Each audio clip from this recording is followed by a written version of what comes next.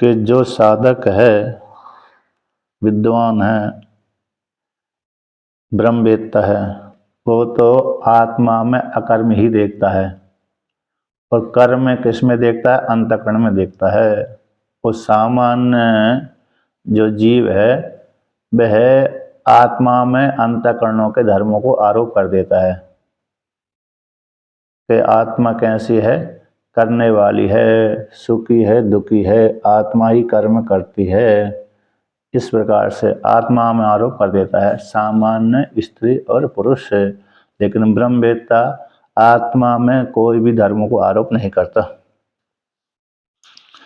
ऐसा भगवान ने वर्णन किया था और भी यहाँ पर वर्णन करते हैं। इसलिए भगवान बार बार उपदेश करते हैं कि आत्मा कैसी असंग है, कूटस्थ है, क्योंकि आत्मा को जानना बड़ा कठिन है। तो आत्मा को जानना बड़ा कठिन होने के कारण भगवान उस आत्मा को बोध कराने के लिए बार बार उपदेश करते हैं। कभी ना जायते मृत्य के द्वारा, कभी कर्म अकर्म को लेकर के, कभी दूसरे प्रकार से। इसलिए कर्म में जो अकर्म देखता है, अकर्म में जो कर्म देखता है, इत्यादि वाक्यों के द्वारा भगवान उसी आत्मा का बोध कराते हैं। इसलिए आत्मा दुरअपग्राही होने के कारण, कठिनाई पूर्वक ज्ञान होने के कारण, आत्मा का ज्ञान कठिनाई पूर्वक होता है। इसी हेतु से वो भगवान बार बार अनेक प्रकार के उदाहरणों के द्वारा समझाते हैं। इसलिए भगवान के वाक्य में पुनरुक्ति दोष नहीं आता, नहीं तो पुनरुक्ति दोष आ जाता है। जैसे लौकिक वस्तु को एक बार सुनने से ज्ञान हो जाता है, यदि उसी को बार बार कहेंगे तो पुनरुक्ति दोष आ जाएगा। किंतु आत्मा में पुनरुक्ति दोष नहीं आता, क्योंकि आत्मा को जानना बड़ा कठिन होता है। कर्म आदि से रहित कूटस्थ आत्मा जो ब्रह्म है, उसी का ही भगवान उपदेश करते रहते हैं। अब आगे कुछ और कहते हैं, जैसे लौकिक व्यक्ति मृग तृष्णा में जल समझ लेते हैं, सुक्तिका में रजत की भ्रांति हो जाती है, उसी प्रकार से आत्मा में भी कर्तृत्व भोक्तृत्व की भ्रांति हो जाती है। किनके द्वारा? लौकिक व्यक्तियों के द्वारा, अर्थात जिसने अद्वैत ज्ञान का अध्ययन नहीं किया है, उनसे इतर व्यक्तियों के द्वारा सभी को आत्मा में कर्तृत्व भोक्तृत्व की प्राप्ति हो जाती है। आकर आत्मा में कर्ता भोक्तापन का आरोप कर देते हैं। जब वही व्यक्ति अद्वैत पढ़ने लगता है, फिर एक आरोप करना बंद कर देता है। फिर क्या मानता है कि अंतःकरण के धर्म हैं, ये तो आत्मा के धर्म नहीं है। अब ऐसा कथन करने के पश्चात पुनः शंका पूर्व पक्षी कहता है, कर्म अकर्मणोर आरोपितत्वम उक्तम अमृष्यन असंगते।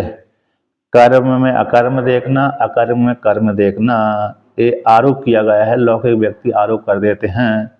ऐसा आपने जो कहा है, आप सिद्धांती ने जो कहा है, उसको शयन न करते हुए, स्वीकार न करते हुए शंका करता है पूर्व पक्षी। क्या कहता है? ननु कर्म कर्म एवं सर्वेशम न क्वचित व्यभिचरति।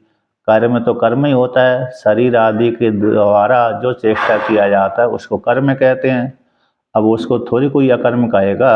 शरीर आदि के द्वारा जो भी हम चेष्टा करते हैं उसको कर्म ही कहते हैं, ना कि भिन्न वस्तु कहते हैं। भिन्न वस्तु नहीं कहते, उसका कहीं भी व्यभिचार नहीं होता, कर्म कर्म ही होता है। तो सभी व्यक्ति कहते हैं देखो ये कर्म कर रहा है, चल रहा है, फिर रहा है, दौड़ रहा है।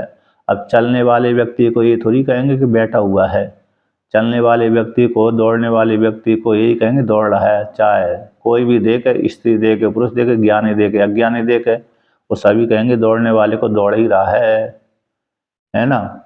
तो इस प्रकार से तो आप कैसे कह सकते दौड़ने वाले कोई बैठा हुआ है? ये आपकी बात मानने योग्य नहीं है सिद्धांत की, ऐसा पूर्व पक्षी का कहना है। यानी कर्म तो कर्म ही होता है सभी के द्वारा, सभी कर्म और सभी का कर्म कर्म ही होता है, इसलिए कहीं भी कर्म का व्यभिचार नहीं होता। ऐसी प्राप्ति हो जाने पर सिद्धांति कहता ना, ऐसी बात नहीं है। कर्म कर्म एव इति यत्र में अकर्म और अकर्म अकर्म एव द्रष्टव्यम। टीका में आया है कर्म कर्म कर्म ही होता है, अकर्म अकर्म ही होता है। इसलिए विमतम सत्यम अव्यभिचारित्वात् ब्रह्मवद, विवाद का विषय भूत जो कर्म अकर्म है वो सत्य है, कर्म कर्म ही होता है और अकर्म अकर्म ही होता है, उसका कहीं भी व्यभिचार नहीं होता। व्यभिचारत्वात् एन व्यभिचार का अर्थ ना दोष लग जाना। जैसे कोई व्यक्ति गोरा है, अब गोरा तो है उसमें दोष लगा दिया, अतः कहीं थोड़ा पुंसी हो गया तो काली माँ उसमें आ गई तो दोष लग गया। जैसे श्वेत वस्त्र है तो श्वेत वस्त्र में क्या लगा दी, दाग लगा दिया, कहीं से मिट्टी लग गई तो दोष हो गया। उसी प्रकार से यहाँ पर भी वाक्यों में दोष आ जाता है, कोई ना कोई गुण आ गया तो कोई ना कोई गुण आ गया तो वो दोष का हेतु बन जाता है। तो कहते हैं इसलिए कर्म सत्य, कर्म कर्म ही होता है, अकर्म अकर्म ही होता है, वो सत्य है, उसका कहीं भी व्यभिचार नहीं होता। जैसे ब्रह्म का दृष्टांत दे दिया, ब्रह्म, अब ब्रह्म का कहीं भी व्यभिचार नहीं होता। जागृत में भी ब्रह्म रहता है, स्वप्न में भी ब्रह्म रहता है, सुसुप्ति में भी ब्रह्म रहता है और तुरीय अवस्था में भी ब्रह्म रहता है। यानी ब्रह्म सभी जगह रहता है, व्याप्त रहता है, एक ऐसी कोई सी जगह नहीं है जहाँ पर ब्रह्म ना हो। जिस प्रकार से ब्रह्म का व्यभिचार नहीं होता उसी प्रकार से कर्म कर्म ही कहते हैं, अकर्म अकर्म ही कहते हैं। आप कैसे कह रहे हो कि कर्म में जो अकर्म देखता है, अकर्म में जो कर्म देखता है, ये उल्टी बात कैसे बोल रहे हो सिद्धांती। ऐसी प्राप्ति हो जाने पर सिद्धांती अब पुनः कहता है ना तत् ना के द्वारा खंडन करता है, ऐसी बात नहीं है। तो टीका में आया तत्र, वहाँ पर कर्म को तत्व रूप से तत्वता न व्यभिचारी, यानी कर्म में तत्व रूप से व्यभिचार नहीं होता, ऐसी बात नहीं है। कर्मत्वात्, कर्म होने से कर्म वास्तविक रूप से व्यभिचार को प्राप्त नहीं होता, ऐसी बात नहीं है। न व्यभिचार कहते कर्म तत्व रूप से व्यभिचार को प्राप्त हो जाता है। जैसे कर्मत्व होने से दृष्टांत दे दिया नौका में स्थित वाले व्यक्ति का तटस्थ वृक्ष गमन वद इति अव्यभिचारित्वं कर्मणि असिद्धम। जैसे नौका में स्थित वाले व्यक्ति का तो कर्म हो रहा है, नौका में बैठने वाला व्यक्ति कर्म कर रहा है, किंतु जो तटस्थ वृक्ष है उसमें आरोप कर देता है व्यक्ति को, देखो देखो क्या चल रहा है, वृक्ष दौड़ रहा है, वृक्ष दौड़ रहा है ना, लेकिन चल कौन रही है, नौका चल रही है, नौका में बैठा हुआ व्यक्ति चल रहा है। नौका चल रही तो नौका में बैठा हुआ व्यक्ति भी बैठा ही हुआ है, लेकिन नौका चल रही है।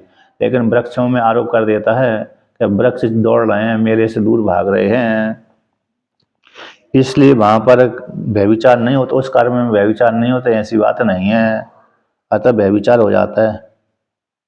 अब व्यभिचारित्व कर इन दोष लग जाना, व्यभिचार का तो दोष हो जाना, इन उसमें इलेक्शन घट नहीं रहा। किसी ने कह दिया गोरा है व्यक्ति, लेकिन देखा कि वो तो काला निकला, गोरा तो नहीं निकला लेकिन काला निकल गया, है ना। किसी ने कह दिया ये लड़का, अमुक लड़का बहुत सुंदर है, लेकिन उसमें कोई दोष निकला तो सुंदरता का वो व्यभिचार हो गया ना उसमें, है ना। तो ये हो गया। तो इस प्रकार से वो शास्त्र में व्यभिचार शब्द दोष का वाचक होता है। अब उसी को यहाँ पर कहते हैं, भगवान भास्कर कहते हैं कि नौस्तस्या नाभिगच्छन्त्याम तटस्थेषु अगतिषु नगेषु प्रतिकूल गति दर्शनाद दूरेषु चक्षुषः असन्निकृष्टेषु गच्छत्सु गति अभाव दर्शनात्। तो कहते हैं जैसे नौका में स्थित, नौ यानी नौका, नौ शब्द का अर्थ होता है नौका, तो नौका में स्थित वाले व्यक्ति का तो नाभि गच्छन्त्याम, नाभि के दौड़ने पर, नौका के गमन करने पर, गच्छन्त्याम जाने पर, तो नौ यानी नौका, तो नौका के दौड़े जाने पर, और नौका में बैठा हुआ व्यक्ति भी नहीं दौड़ रहा, नौका में बैठा हुआ व्यक्ति भी बैठा ही हुआ है। तो कहते हैं नौका में बैठा हुआ वाला व्यक्ति नौका में के चलने पर तटस्थेषु अगतिषु, तो तट में स्थित जो वृक्ष हैं उनमें कोई भी गति नहीं है। तट में स्थित, इष्टा गति निवृत्त धातु से स्थ बन जाता है, तो तट यानी किनारा, तो किनारे में उगे हुए वृक्षों में कोई भी गति नहीं है। नगेशु यानी वृक्षों में, है ना। नदी के किनारे, तालाब के किनारे अथवा समुद्र के किनारे जो भी वृक्ष हैं उनमें कोई भी गति नहीं है। नग यानी वृक्ष समूह, तो वृक्षों में कोई भी गति न होने पर भी, नग यानी पहाड़ भी होता है, नग यानी हाथी भी कर देते हैं, हाथी पहाड़ वृक्ष, ठीक है ना। जहाँ जैसे इस प्रकार से आता जाएगा। तो नदी के किनारे रहने वाले वृक्ष, पहाड़ आदि, जंगल आदि, उनमें गति न होने पर भी प्रतिकूल गति दर्शनात्, प्रतिकूल गति देखी जाती है। तो प्रतिकूल देखी जाती है मतलब नौका में बैठा वाला व्यक्ति, नौका चल रही है तो वो कहता देखो मेरे से कितनी दूर भाग के जा रहे हैं। जैसे वहाँ से है ना ट्रेन में बैठने वाले व्यक्ति को वृक्ष आते हुए जाते हुए दिखते हैं, दिखते हैं नहीं दिखते। हाँ तो उल्टे उल्टे सीधे दोनों ही प्रकार का दिख रहे हैं, है ना। आगे पीछे देखते हैं, एक तरफ भाग रहे हैं, पीछे भाग रहे हैं, एक तरफ आगे से आ रहे हैं। तो ट्रेन में बैठने वाले को, वाहन में बैठने वाले को इस प्रकार से प्रत्यक्ष दिखता है।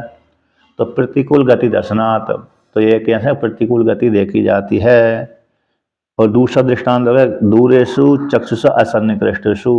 अब दूर देश में जो स्थित चंद्रमा आदि हैं, चंद्रमा है, नक्षत्र आदि मंडल है, चक्षु के साथ सन्निकृष्ट नहीं है, दूर देश में स्थित है।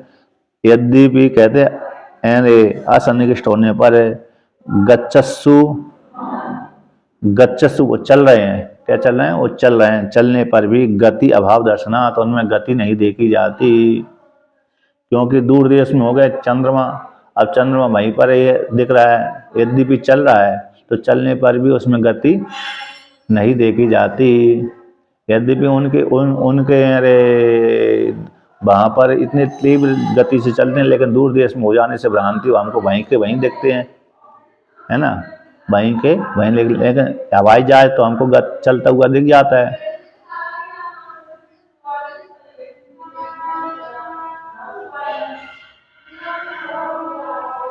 हाँ, चंद्रमा आदि में गति है, तो उसमें गति नहीं दिखाई दे रही है ना। दूर देश हो गए ना, और वृक्ष आदियों में, वृक्ष आदि में गति बिल्कुल भी नहीं है।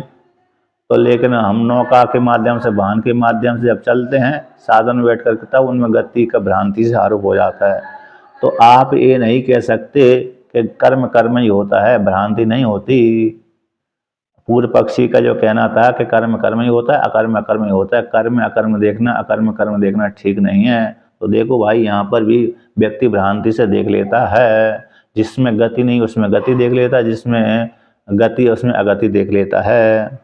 तो आप एक वाणी, आपका जो कहना था कर्म अकर्म, कर्म कर्म ही होता है, अकर्म अकर्म ही होता है, ऐसे ही मान लेना चाहिए। कर्म अकर्म देखना, अकर्म कर्म देखना ठीक नहीं है। तो आपका ये मत एक खंडन हो गया।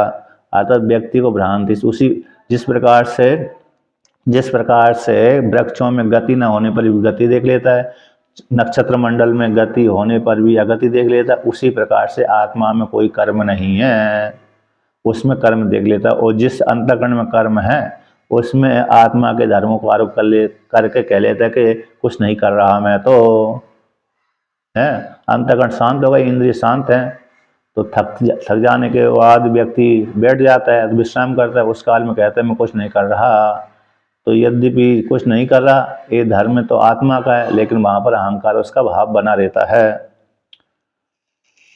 अब उसी और आगे कहते हैं,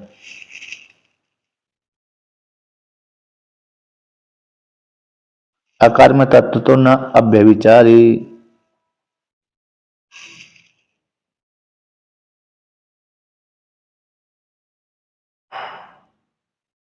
यहाँ पर कहते हैं अकर्म भी, अकर्म तत्व रूप से व्यभिचार नहीं होते, ऐसी बात नहीं है।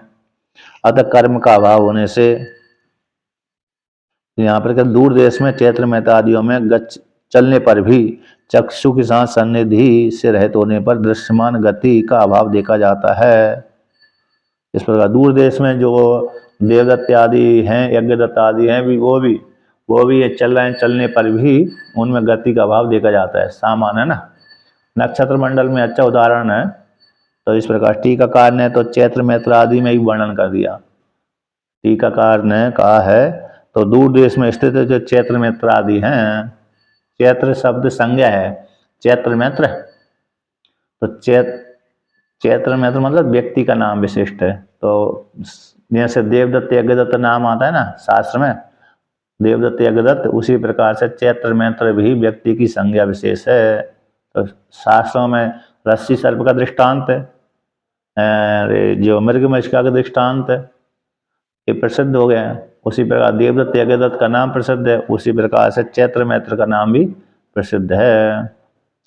तो ये चैत्र मैत्र, यज्ञदत्त, देवदत्त, मृगमृषिका और सूक्ति का रजत और हाँ सूक्ति का रजत, इस और रज्जु सर्प है, ये प्रसिद्ध हैं। इनका दृष्टांत हर कोई देता है। सारे 6 दर्शनों में, 6 आस्तिक में, 6 नास्तिक में ये दृष्टांत मिलेंगे। रजत सूक्ति का रजत, इसका दृष्टांत सारे आस्तिक भी देते, नास्तिक भी देते हैं। और देवदत्त यज्ञदत्त का भी वही देंगे, और चैत्र मैत्र का भी दे देते हैं, कोई किसी का ले लेता है ज़्यादा। तो इस प्रकार से अब आगे कहते हैं एवं,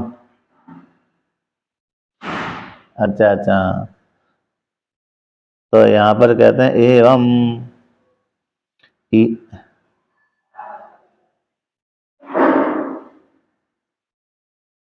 हाँ,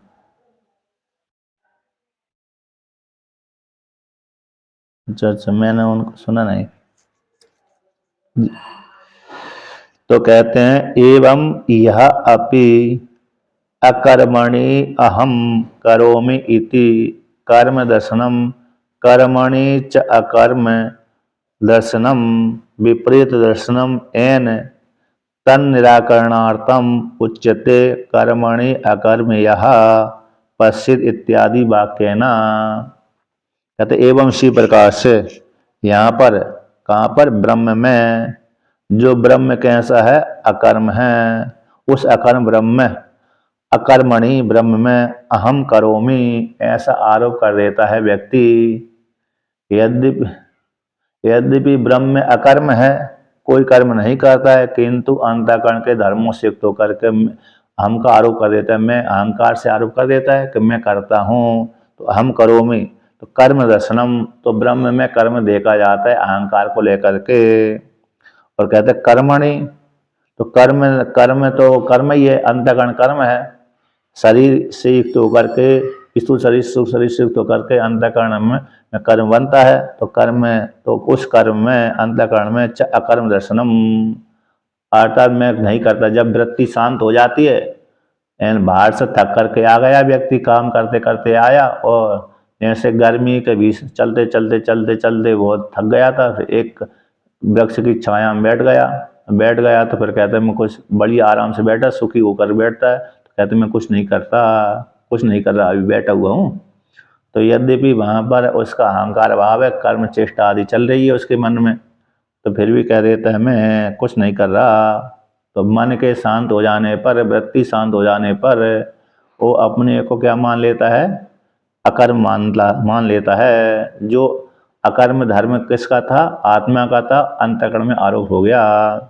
जबकि वृत्तियों के शांत हो जाने से अपने आप को अकर्म मान लेता है, जबकि उसमें अहंकार भाव बैठा हुआ ही है मन में। इसलिए कर्म में अकर्म दर्शनम, विपरीत दर्शनम, विपरीत देख लेता है कौन, सामान्य व्यक्ति। इस प्रकार से तो एन, इस हेतु के द्वारा विपरीत ज्ञान हो जाने, आत्मा में अंतःकरण के धर्मों को आरोप कर लिया, अंतःकरण धर्मों को आत्मा में आरोप कर लिया। इस प्रकार से विपरीत, जो ब्रह्म में कर्म न होने पर कर्म आरोप कर लिया, जो कर्म जिस अंतःकरण में, उसमें अकर्म आरोप कर लिया।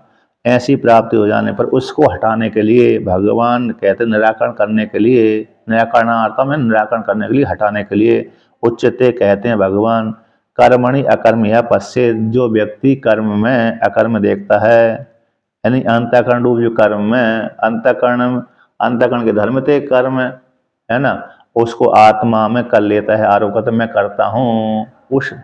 तो जो मैं कर रहा हूँ उसमें ये जान लेता है कि मैं जो आत्मनिर्विशेष आत्मा है वो करता नहीं है। जो मैं अभी कर रहा, मैं हम करोमी तो मैं कर रहा हूँ, तो उस दृष्टि में वो मानता है कि आत्मा में कोई कर्म नहीं है ना। मैं करता हूँ इस वाक्य को लेकर के अंतःकरण से युक्त होकर करता है, तो अब अंतःकरण को उसने पृथक कर लिया, आत्मा से अंतःकरण को अलग कर दिया, मन को अलग कर दिया, तो फिर आत्मा कैसे अकर्म हो गई। इसलिए भगवान कहते हैं कर्म में जो अकर्म देखता है, यानी अंतःकरण के भावों को हटा करके आत्मा को देख लेता है। जैसे एक महाराज जी दृष्टांत देते थे कि देखो एक बाहर की दृष्टि होती है, एक अंदर की दृष्टि होती है, तो लेंस से लगाते हैं। कहते जो लेंस होता है, बाहर का कैमरा तो बाहर के रूप को खींचेगा, लेकिन लेंस क्या कर देता है, अंदर के फोटो खींचता है, बाहर के फोटो उसके बाहर की जो अवरोध है, चर्म है, वो अवरोध नहीं कर पाती। बाहर का जो चर्म है उसको अवरोध नहीं कर पाती ना, हड्डी में जा कर के फोटो खींच ले आता है, और शरीर के भीतर चर्म को, हाँ हाँ, एक्सरे लेंस है, और लेंस ही तो होते हैं, लेंस है, एक्सरे है जो भी है। तो मतलब वो दूसरी प्रकार का हो गया ना, बाहर का कैमरा तो बाहर का ही फोटो खींचता है, स्थूल वाला कैमरा, जो भी है मतलब। तो मतलब दृष्टांत समझने के लिए, तो दृष्टांत समझने के लिए है। तो एक तो बाहर का फोटो खींच रहा है एक कैमरा अंदर का फोटो खींच रहा है। अब अंदर का जो बाहर की चमड़ी उसको चर्म है, उसको अवरोध नहीं कर पाती, पार कर जाता है, तो है ना। तो अंदर की हड्डी की फोटो खींच लेता है, अन्य जहाँ पर कमी होती है वहाँ पर बता देता है, यहाँ पर ये है। तो उसी प्रकार से विद्यमान की दृष्टि अंतःकरण को पार करके आत्मा में चली जाती है, यथार्थ बोध कर लेता है शास्त्र के माध्यम से कि अंतःकरण में ही कर्म होते हैं, आत्मा में कर्म नहीं होते। ये दृष्टांत आसान में घट जाता है। अब उसी को कहते हैं, इसलिए तद एतत्, यहाँ पर कहते हैं ननु कर्म और उस कर्म के अभाव में, कर्म और कर्म के अभाव दोनों को आरोपण कर लिए जाने से, टीका में 1 2 3 4 5 6 7 8 ऊपर से 8वीं पंक्ति 165 नंबर पृष्ठ पर, कर्म और कर्म के अभाव का दोनों का आरोपण कर लिए जाने से अक्रिय ब्रह्म का ज्ञान मात्रम अभिप्रेत है। अक्रिय ब्रह्म को तो ज्ञान मात्र स्वीकृत है यदि, तो अव्यक्त अचिंतो यम इत्यादि वाक्यों के द्वारा आत्मा अव्यक्त अचिंतनीय है, तो न जाते मृते इत्यादि वाक्य द्वारा पुनरुक्ति दोष हो जाएगी। पुनरुक्ति पहले से ही वर्णन कर दिया कि अव्यक्त आत्मा अचिंतनीय है, और न जाते मृते इस वाक्य के द्वारा भी आत्मा को बोध करा दिया। फिर कर्म अकर्म देखना है, ब्रह्म को पुनः इस प्रकार से देखना, ये तो पुनरुक्ति दोष हो रही है। तो तत्र ऐसी प्राप्ति हो जाने पर कहते वहीं पर ब्रह्मात्मा का निर्विकार कथन कर दिया गया है। उन वाक्यों में अव्यक्त यम चिंतयम, इन वाक्यों के द्वारा न जाति मृत्य कदाचिन इत्यादि वाक्यों के द्वारा पुनरुक्ति कही गई है, पुनरुक्ति दोष आ रहा था, पुनरुक्तम तो प्राप्त हो गए। वहीं पर भी आत्मा का निर्विशेष आत्मा को बोध करा गया है, पुनः दोबारा निर्विशेष आत्मा का बोध कराना तो और पुनरुक्ति दोष से ग्रसित है। जब अव्यक्त वाक्य के द्वारा, अव्यक्त हम चिंतने हो, इस वाक्य के द्वारा ही यदि आत्मा का बोध करा दिया गया, तो न जाते मृत्य व कदाचिन इत्यादि वाक्य द्वारा नहीं कहना चाहिए थी, तो पुनरुक्ति दोष आ रहा है। फिर भाई इन वाक्यों के माध्यम से और वाक्यों के माध्यम से आत्मा का बोध करा दिया, फिर कर्म में अकर्म देखना, पुनः यहाँ पर आत्मा को इस प्रकार से देखना, ये तो पुनरुक्ति दोष हो रहा है उसी आत्मा को बोध कराने के लिए, ये पूर्व पक्षी कहना है। तो कहते हैं तद, भाष्य में कहते हैं तद एतत् उक्त प्रतिवचनम अपि असकृद अत्यंत विपरीत दर्शन भावितया मोमुह्य मानो लोकः श्रुतम अपि असकृत तत्वं विस्मृत्य मिथ्या प्रसंगम अवतार्य चोदयति इति पुनः पुनरुत्तरम आह भगवान दुर्विग्रहत्वं च अलक्ष्य वस्तुनः।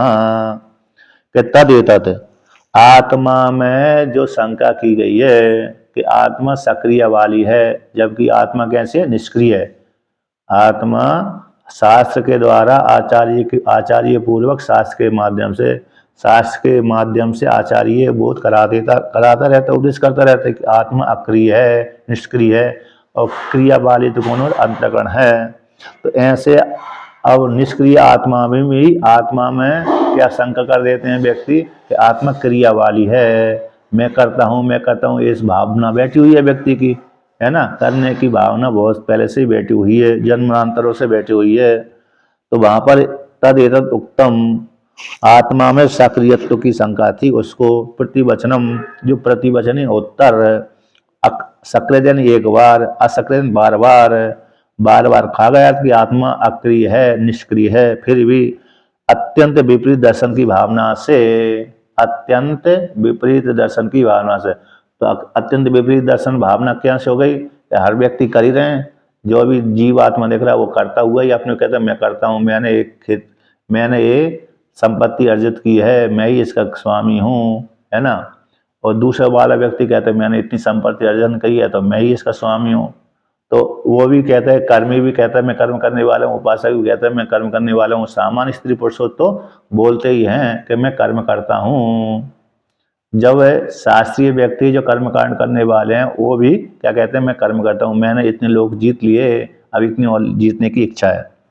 तो असकृत बार बार अत्यंत विपरीत दर्शन की भावना से मोहीय मानो लोका, मोहीय मानो लोग, जीवात्मा कैसे मोहित होता रहता है, तो मोहित होने पर भी श्रुतम अपि असकृत तत्वम, कहते हैं बार बार उसने आचार्य शरण में गया है, बार बार व्यक्ति आचार्य शरण में जाकर के ही उसने सुन लिया कि आत्मा में कोई भी गुण नहीं है, आत्मा करता नहीं है, भोगता नहीं है, आत्मा जनने वाली नहीं है, मरने वाली है नहीं है। ऐसा सुनने के बाद भी उस जो सुना हुआ ज्ञान को भूल जाता है। ऐसा सत्संग करने जाते हैं ना लोग, सत्संग करने जाने वाले व्यक्ति भी भूल ही जाते हैं। अब बार बार वही तो बोलेंगे कि आत्मा जरा, हमारे वेदांतियों के पास सत्संग करने जाएंगे तो वो तो वही बोलेंगे, है कि नहीं। हाँ, कर्मकांडियों के बीच में सत्संग करने जाएंगे तो वो तो दूसरी उड़ा देंगे, लेकिन वेदांतियों के पास में सत्संग करने जाएंगे तो वो बीच बीच में छोड़ ही देंगे कि आत्मा असंग है, कूटस्थ है, आत्मा अजर अजर अमर है, मरती नहीं है। जैसे मैं भी कभी प्रवचन करता हूँ तो मेरे को भी मेरी मेरी भी यही रहती है, मेरे जब भी अद्वैत में चली जाती है, कहीं से नहीं कहीं से खींच खांच के उधर ही ले जाता हूँ। भक्ति का प्रसंग करूंगा, बोलूंगा, भक्ति के ऊपर भी बोलूंगा, तब भी वो अद्वैत में चला जाता है, क्योंकि रू रू हाँ, मैंने कहीं भी विचार किया है कि जब भी मैं सत्संग करता हूँ कहीं पे, भक्ति पे बोलूँ चाहे कर्मकांड पे बोलूँ, लेकिन मेरी वृत्ति वहीं पे चली जाती है, ऐसा स्वभाव बन जाता है।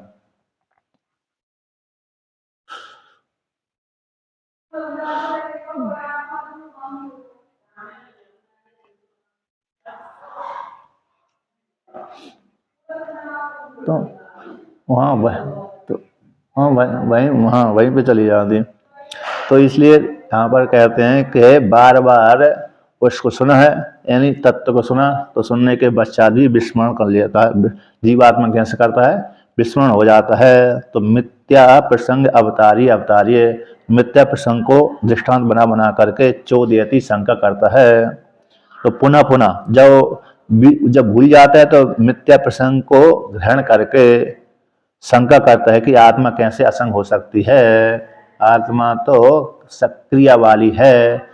ऐसी शंका हो जाने से पुनः पुनः पुनः बार बार भगवान उत्तर देते हैं, बार बार कहते हैं नहीं आत्मा असंग है और जगत मिथ्या है, आत्मा में कोई क्रिया नहीं है, आत्मा निष्क्रिय है और जगत अंतःकरण ही क्रिया वाला है। इस प्रकार से ऐसा भगवान उत्तर देते रहते हैं। इसलिए भगवान बार बार उत्तर इसलिए देते हैं कि आत्मा को जानना बड़ा कठिन है। दुर्विज्ञतम अलक्ष्य वस्तुना, वस्तुरूप जो आत्म तत्व है उसको जानना बड़ा कठिन होता है, क्योंकि जगत के संस्कार ज़्यादा प्रबल हो जाते हैं, वही है। तो जगत के संस्कार ज़्यादा प्रबल होने के कारण आत्मा को जानना बड़ा कठिन हो जाता है। व्यक्ति स्वीकार नहीं कर पाता कि मैं अजर अमर हूँ, कर्ता भोक्ता नहीं हूँ, सुखी दुखी नहीं हूँ।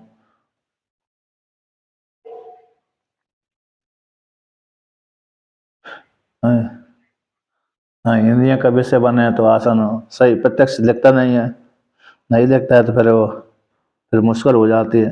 इसलिए वो उस आत्मा को इसलिए आत्मा को जानना बहुत कठिन होता है, और कठिन होने के पश्चात फिर भूल जाता है। इसलिए भगवान बार बार उत्तर देते हैं। इसलिए उत्तर बार बार उत्तर देने के इस रूप से उत्तर देते हैं, उस रूप से उत्तर देते हैं।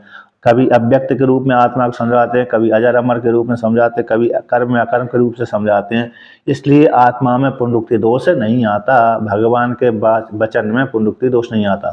तो पुनरुक्ति दोष के ऊपर पूर्व पक्षी ने शंका किया, तो यहाँ पर इसलिए पुनरुक्ति दोष नहीं आता कि आत्मा को जानना बड़ा कठिन है। जैसे कठोपनिषद में भी आत्मा को 10 प्रकार से समझाया, 10-15 प्रकार से। तो वहां पर भी पूर्व पक्षी ने शंका की है, भाई एक श्रुति के द्वारा ही आत्मा को समझा दो, फिर बाद में काय को दूसरी श्रुति के द्वारा समझा रहे हो।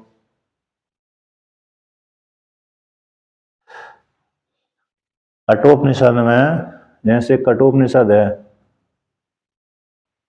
तो कठोपनिषद है, उसमें आत्मा का बोध कराया है ना। तो आत्मा का बोध करा, तो एक ही श्रुति के द्वारा आत्मा का बोध करा दिया, भाई आत्मा असंग है, कूटस्थ है। फिर बार बार अनेक श्रुतियों ने फिर आत्मा का बोध कराया है। तो वहां पर 10-15 प्रकार से श्रुतियां ही आत्मा को बोध कराने के लिए, कई प्रकार से। तो पूर्व पक्षी ने प्रश्न कर दिया, एक ही श्रुति के द्वारा जब आत्मा को आपने असंग कूटस्थ बतला दिया, न जायते मृते विपश्यत नयम भूत्वा नायम भूत्वा, इस प्रकार से वाक्य के द्वारा वहाँ पर नायम भूत्वा भीता न भूया अजो नित्य शाश्वत एवं पुराणो न नित्य हन्यमाने शरीरे, तो इत्यादि।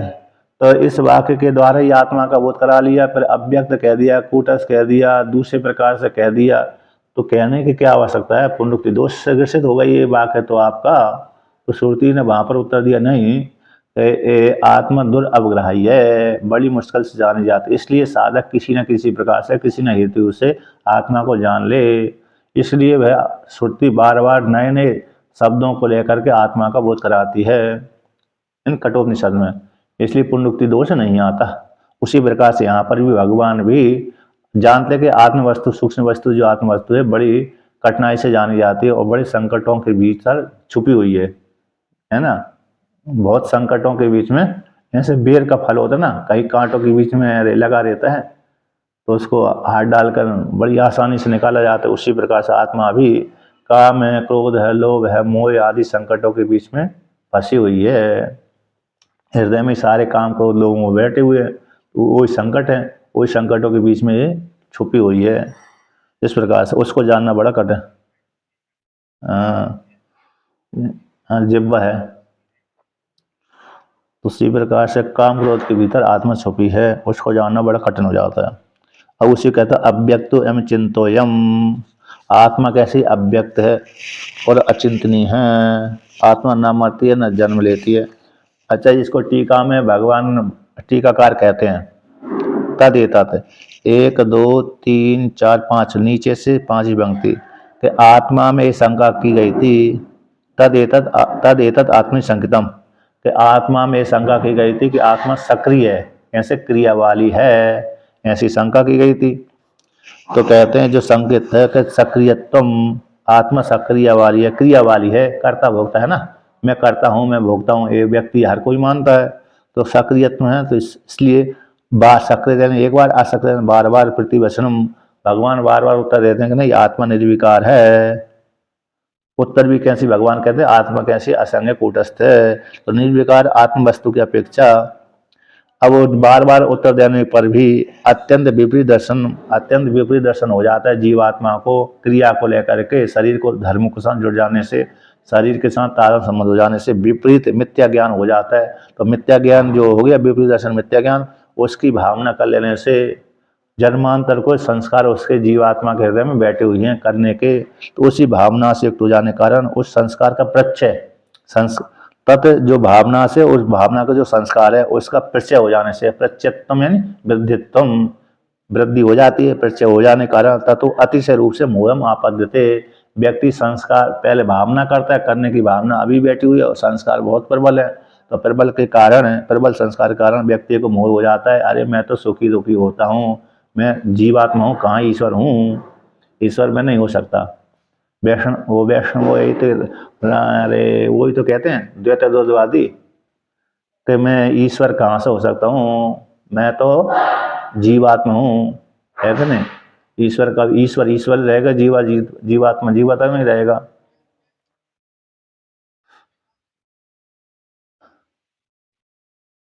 हाँ वो तो इसलिए वो बोलते रहते हैं।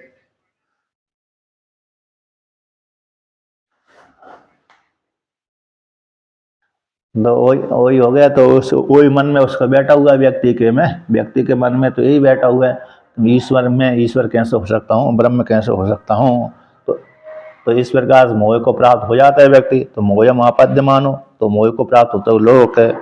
ऐसे लोग सुना, फिर भी तत्व को सुनता है, तत्व को ही सुनता है, सत्संग करने जाता है, फिर भी विस्मृतम तत्वम, तत्व को विस्मरण करके कहते हैं पुनर्यत किंचित प्रसंग आपाद्य, जो कोई प्रसंग को लेकर के फिर पुनः तत्व को सुन लिया, सुन करके भूल गया, और दूसरे प्रसंग आया कर्ता भोक्ता को लेकर के से, तो फिर प्रसंग को लेकर के सक्रिय तो आत्मा में आरोप कर देता है।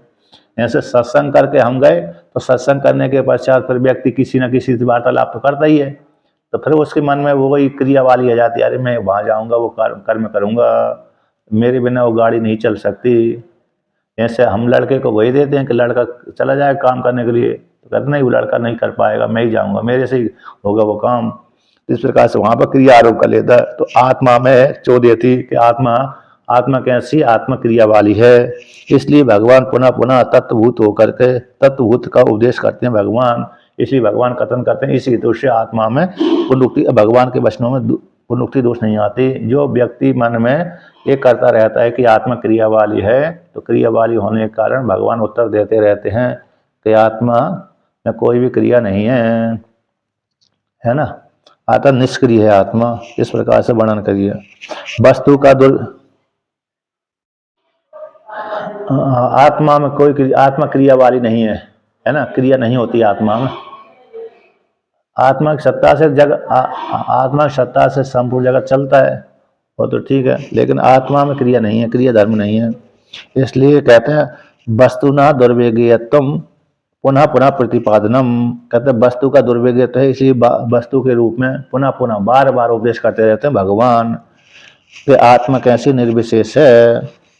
तो तद भ्रांति को हटाने के लिए, तद भ्रांति को, जहां जहां पर भ्रांति हो रही कि आत्मा को व्यक्ति मान रहा, करता हूं मैं, भोगता हूं, सुखी हूं मैं, दुखी हूं, जन्मने वाला हूं, मरने वाला हूं, इस प्रकार से व्यक्ति के मन में भ्रांति बैठी रहती है। उसी भ्रांति को वो भगवान हटाते रहते। नहीं, आत्मा ना जन्म लेती है ना मरती है, ना आत्मा सुखी है ना दुखी है, बल्कि सुख स्वरूप है, न आत्मा भोगता करता है न भोगता है। इस प्रकार से भगवान बार बार उपदेश करते रहते हैं, इसलिए भगवान के वचनों में पुनरुक्ति दोष नहीं है ना। तो ये टीका में आया है। इस आत्मा आती जाती नहीं है, उपाधि को लेकर जाती है, तो इसलिए भगवान भास्कर उदाहरण देते हैं अव्यक्त एवं चिंतोयम, इस वाक्य के द्वारा कि आत्मा अव्यक्त अचिंतनीय है, मन वाणी का विषय नहीं है। और न जाते मृत्य व कदाचिन, आत्मा ना तो उत्पन्न होती है न मरती है। उत्पन्न होने वाला मरने वाला कौन है, हमारा स्थूल शरीर। स्थूल शरीर ही उत्पन्न होता है, स्थूल शरीर मरता है, आत्मा ना उत्पन्न होती है न मरती है। इस प्रकार से न जाते मृत्य व विपक्षित, इस श्रुति में भी आया। इत्यादि न आत्मनि कर्म अभाव श्रुति स्मृति न्याय प्रसिद्धम उक्तो वक्षमाणश्च, इत्यादि वाक्य के द्वारा, ये गीता के वाक्य के द्वारा और कठोपनिषद आदि के वाक्यों के द्वारा आत्मा में कर्म के अभाव का बोध कराती है गीता और श्रुति श्रुति में भी, स्मृति में और न्याय के द्वारा प्रसिद्ध है। अब न्याय के द्वारा कहाँ हो गया, कर्म या कर्म, जैसे नदी के किनारा, नदी के तट पर वृक्षों में कोई कर्म नहीं है, नदी के वृक्षों में कोई कर्म न होने पर भी नौका वाला व्यक्ति उसमें आरोप कर देता है, तो न्याय हो गया। तो उसी प्रकार श्रुति में तो वर्णन कर दिया, श्रुति कौन सी हो गई, न जाते मृत्य व विपश्चित, एक कठोपनिषद की श्रुति हो गई। इसी को ही भगवान ना जाते मृत्य व कदाचिन, इस वाक्य के द्वारा भगवान ने कह दिया। तो श्रुति में और स्मृति में अव्यक्तम चिंतयम, इस वाक्य के द्वारा तो आत्मा में कर्म नहीं है, आत्मा में जन्म मृत्यु नहीं होती। जन्म मृत्यु अंतःकरण का धर्म होता है, अंतःकरण जन्म मृत्यु स्थूल शरीर की जन्म और मृत्यु होते हैं, और अंतःकरण का भी जन्म होता है, ज्ञान के द्वारा उसका नाश हो जाता है अंतःकरण का। तो इस प्रकार से तो श्रुति स्मृति न्याय के द्वारा प्रसिद्ध कर्म के अभाव है आत्मा में है। कर्म का अभाव किसमें है? आत्मा में। कर्म का भाव नहीं है बल्कि कर्म का अभाव है, इसलिए आत्मा कैसी निर्विशेष है, अक्रिय है, निष्क्रिय है। उक्त तो कहा गई है और लक्ष्मण आगे भी कहेंगे, आगे भी कह दे, वर्तमान काल में कहे जा रहे हैं, भविष्य काल में भी आगे कहेंगे कि आत्मा में कोई भी कर्म नहीं रहता। जो भी कर्म है वो किसका? अंतःकरण का धर्म है। स्थूल शरीर को लेकर के, स्थूल शरीर से होकर के अंतःकरण का धर्म ही कर्म वाला है, आत्मा में नहीं है। तो तस्मिन् आत्मनि कर्म अभावे अकर्मणि कर्म विपरीत दर्शनम अत्यंत निरूढ़म। इसलिए उस आत्मा में कर्म के भाव न होने पर भी अकर्म रूप आत्मा में कर्म जो विपरीत दर्शनम अत्यंत रूप से अनादिकाल से चला हुआ आ रहा है। कर्म लक्षण विपरीत दर्शनम, कर्म लक्षण जो विपरीत दर्शन है अनादिकाल से चला आ रहा है। अत्यंत निरूढ़म, अत्यंत निरूढ़ का अर्थ कर दिया अनादिकाल से प्रसिद्धम, अनादिकाल से प्रसिद्ध है अर्थात अनादिकाल से चला हुआ आ रहा है। व्यक्ति अनादिकाल से यदि चला ना आए तो फिर जीवात्मा की उत्पत्ति नहीं हो सकती। जीव का जन्म हो रहा है तो सिद्ध हो रहा है कि उसने आत्मा में अनात्मा के धर्मों को आरोप कर बैठा हुआ है। अब जिस जीव की उत्पत्ति नहीं होती है वो समझ लेना चाहिए, उसको ज्ञान हो गया, उसने आत्मा को आत्मा रूप से जाना, जगत को जगत रूप से जाना था, अब इसलिए उसका जन्म नहीं हुआ। जैसे शिव महिमन का श्लोक है ना, वो बपुष्प्रादुर्भावात् धनुमितमिदं जन्मनि पुरा पुरारे न क्वापि क्षणमपि भवन्तं प्रणतवान् नमन मुक्ता संप्रत्यहमतनुरग्रे पिनतिवान् इति सा क्षन्तव्यम तदिदं परादा द्वयमपि। ये पुष्पदंताचार्य कहते हैं मेरी शरीर की उत्पत्ति हुई है इस हेतु से मैंने जान लिया कि मैंने पहले आपको इस जन्म से पहले के जन्मों में मैंने आपको प्रणाम नहीं किया था। जैसे हम प्रणाम करते नहीं करते, भगवान के मंदिरों में जाकर प्रणाम करते हैं, तो पुष्पदंताचार्य कहते हैं कि मेरा जरिए शरीर की उत्पत्ति हुई है, इससे अनुमान करता हूँ कि पूर्व के जन्मों में मैंने आपको प्रणाम नहीं किया, तो अब प्रणाम कर लो। कि अब प्रणाम कर दिया क्या हो गया? अब आपको प्रणाम करते ही मैं मुक्त हो गया। क्या हो गया? मुक्त हो गया। अब मेरा अगला शरीर प्राप्त नहीं होगा। ऐसे वहां पर किया है अपराधी मान आता उन्होंने। हम तो वो भी कई बार तो पूजा पाठ किया हुआ उन्होंने, कहते हो जब पूजा पाठ किया है उस काल में तत्व रूप से प्रणाम नहीं किया। कैसे प्रणाम नहीं किया? तत्व रूप से।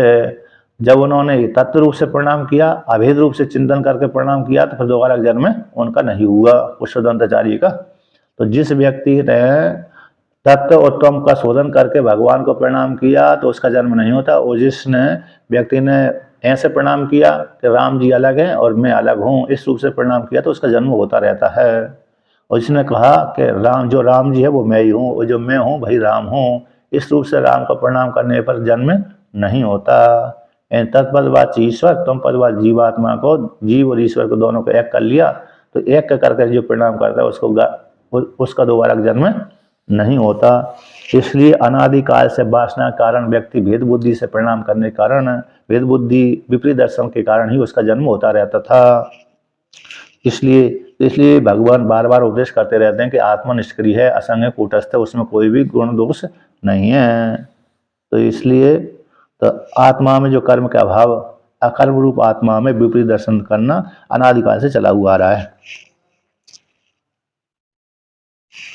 टीकाकार कहते हैं, टीकाकार इसमें आया है कि कर्म ही विपरीत कर्म ही उसका दर्शनम विपरीत दर्शनम, यानी 166 नंबर पृष्ठ पे 1 2 3 चौथी पंक्ति ऊपर से, हम कर्ता इति आत्म सामान्यीकरणस्य व्यापारस्य अनुभवात् कर्म ब्रह्म से तावत आत्मनि अत्यंत रूढ़ो अस्तित्वता, कि मैं करता हूँ, कर्तापन का अभिमान परिचिन्न अहंकार को निर्विशेष आत्मा के हम के साथ जोड़ लिया उसने।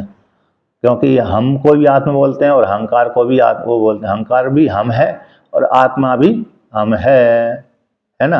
अहंकार भी हम का वाचक होता है और आत्मा भी हम का वाचक होती है। तो परिचिन्न हम को अपरिचिन्न हम के साथ जोड़ लिया, तो मैं करता हूँ।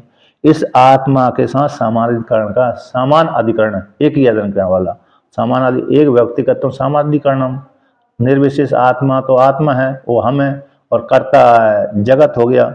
तो आत्मा कर्तमा में कर्तापन में कर्ता शब्द में ही प्रतिमांत है और हम में ही प्रतिमांत है। तो आत्मा के साथ समान अधिकरण रूप व्यापार का अनुभव दिए के जाने से कर्म में भ्रम हो जाता है, कर्म भ्रम। तो तावत आत्मा में अत्यंत रूढ़ है। यद्यपि निर्विशेष अंतःकरण के आत्मा को प्रकाशन करने वाला आत्मा ही अंतःकरण को प्रकाशन करती है और आत्मा में अहंकार बैठा हुआ और भाई नहीं, अंतःकरण में अहंकार बैठा हुआ है। अंतःकरण में कैसे अहंकार बैठा हुआ है और वहीं पर आत्मा अंतःकरण को प्रकाशन करती रहती है। तो अंतःकरण के धर्मों को, अहंकार के धर्मों को आत्मा में आरोप कर लेता है व्यक्ति। तो आरोप कर लेने के पश्चात फिर वही व्यक्ति कहते हैं कि आत्मा करने वाली है, जबकि अंतःकरण ही कर रहा है, जबकि अहंकार ही कर रहा है। अहंकार जो अंतःकरण है उसमें ही कर्ता भोक्तापन का है भाव है। अब वही उसने आत्मा में आरोप कर लिया, इसलिए विपरीत दर्शन हो जाता है। तो आत्मा में अत्यंत रूढ़ बैठा हुआ है कि मैं कर्म करने वाला हूँ, है ना, मैं कर्म करने वाला हूँ, मैं भोगने वाला हूँ, इस प्रकार से वर्णन किया। तो इसलिए भगवान बार बार उपदेश करते रहते हैं कि आत्मा सक्रिय नहीं है बल्कि निष्क्रिय है, अंतःकरण ही सक्रिय है। कौन है? अंतःकरण ही सक्रिय है। इस प्रकार से तुम कर्म में अकर्म देखो, अकर्म में कर्म देखो।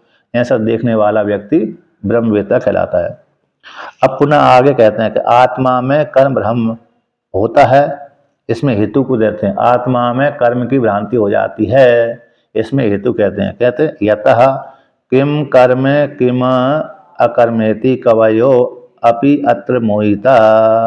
तो देह आदि आश्रम कर्म आत्मने अध्यारोप्य अहम कर्ता मम एतत् कर्म मया अस्य फलम भोक्तव्यम इति।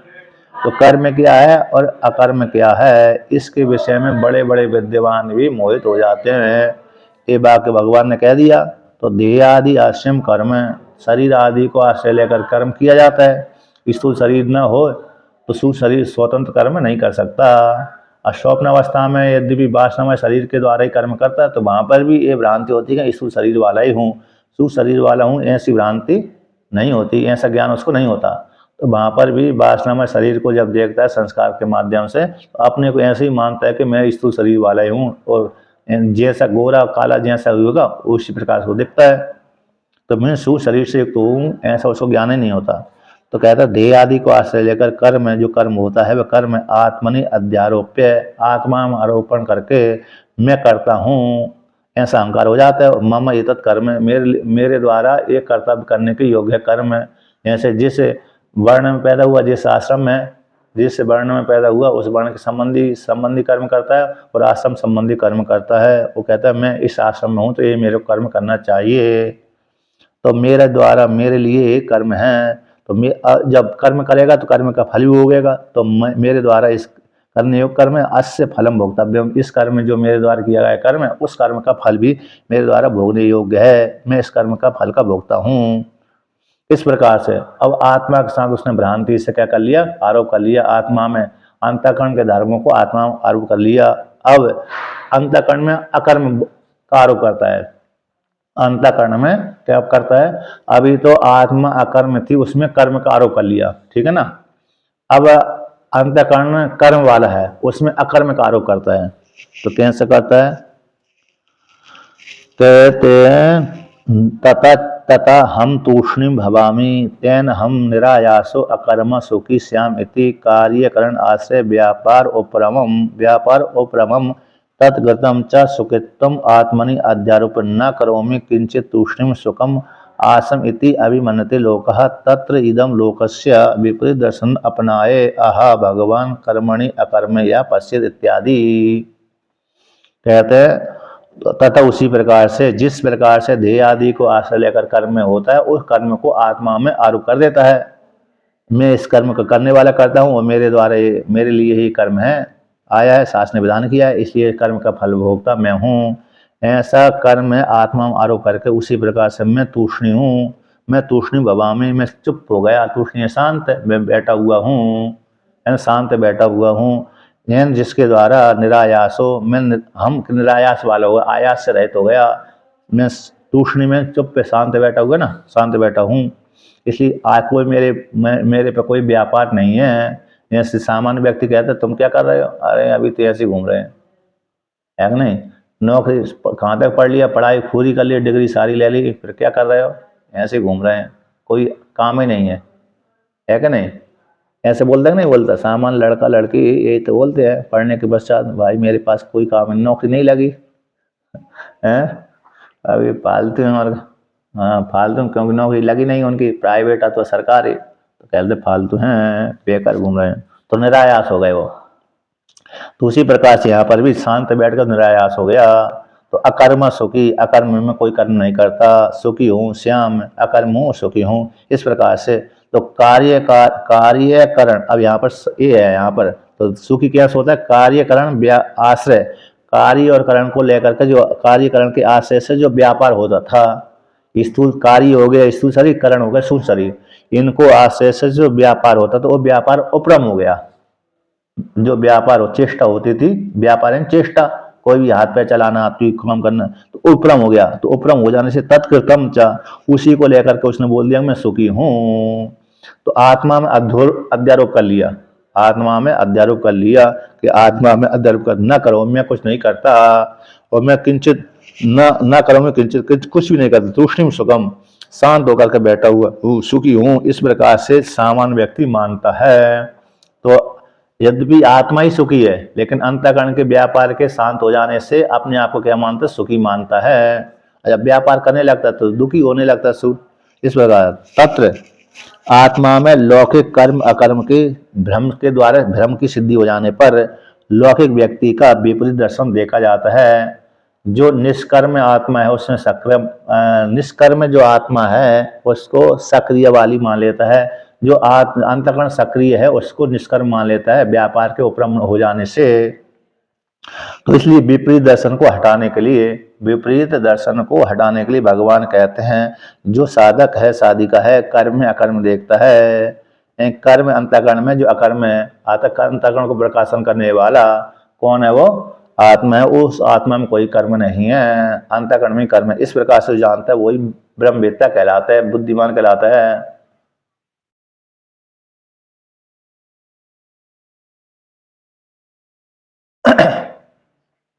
तो मैं ये तो व्यक्ति अरे अंतःकरण में आरोप कर लेता है, आत्मा में आरोप कर देता है मैं सुखी हूं, कुछ करता नहीं हूं, अहंकार तो बैठा हुआ है। अंतःकरण में शरीर का, स्थूल शरीर का व्यापार उपरम हो गया, यहां से लेना कार्यकरण आश्रय व्यापार उपरमम। तो कार्यकरण के व्यापार का, कार्यकरण को लेकर के जो व्यापार होता था, कार्यकरण को आश्रय बना करके जो व्यापार होता था वो व्यापार बंद हो गया उसका। अब व्यापार बंद हो जाने से उसी को लेकर उसने कह दिया मैं सुखी हूं, मैं सुखी हूं। व्यापार करता तो मैं थका हुआ चल रहा हूं, कुछ काम कर रहा हूं, ऐसा बोल देता है। और व्यापार नहीं कर रहा है, कार्यक्रम का व्यापार शांत हो गया, तो कहते सुखी हूं आत्मा में। हाँ वहां पर कोई काम नहीं, बैठा हुआ मात्र है, बैठा हुआ मात्र है, तो इसने मात्र में सुखी मान रहा है वो। तो आत्मा में अध्यारोप करके, यद्यपि जो धर्म सुखी निर्विशेष सुखी धर्म तो आत्मा में कुछ नहीं करता, मैं आत्मा कुछ नहीं करती, वो धर्म तो आत्मा का है, लेकिन अंतःकरण व्यापार न होने से, कोई व्यापार न होने से उसने क्या कर लिया, मैं कुछ नहीं कर रहा, ये आरोप कर लिया। मैं कुछ कार्यकरण का आश्रय का व्यापार का उपरम हो जाने से, कार्यकरण यानी शरीर का जो व्यापार था, चेष्टा थी, अब नहीं कर रहा है, इसलिए वो अपने आप कह देता मैं कुछ नहीं करता। यद्यपि मिलने यहां पर मिलेंगे दोनों ही, तो स्थूल शरीर सूक्ष्म शरीर के व्यापार के उपरम हो जाने पर आत्मा में आरोप कर लेता है कि मैं कुछ नहीं करूंगा, न करोमि किंचित, कुछ भी नहीं करता। यद्यपि तो यहां पर अहंकार बैठा हुआ, उसका अहंकार इसका बैठा हुआ, यद्यपि शरीर के, यदि हाँ मैं कुछ नहीं करता, करता हूं ये भी अहंकार है, नहीं करता ये भी अहंकार है। तो शरीर के द्वारा चेष्टा नहीं हो रही, उसकी शरीर के द्वारा चेष्टा नहीं हो रही। अब व्यापार नहीं हो रहा है, इस हेतु से उसने कह दिया मैं शांत बैठा हुआ हूं। व्यापार यदि होता है तो कहते मैं अशांत बैठा हुआ हूं, कुछ कर रहा हूं। अब व्यापार नहीं कर रहा तो कहते मैं शांत बैठा हुआ हूं। और शांत धर्म किसका था, आत्मा का ही था। तो आत्मा से युक्त होकर के अंतःकरण में बोल देता है कि आत्मा, आत्मा नहीं अध्यारोप, आत्मा अध्यारोप करके न करोमि किंचित, मैं कुछ नहीं करता। दोनों में तादात्म्य अध्यास होता है, मिलकर के ही होता है, अन्योन्य अध्यास है, अन्योन्य अध्यास नहीं होगा तो कुछ नहीं होगा। तो इसलिए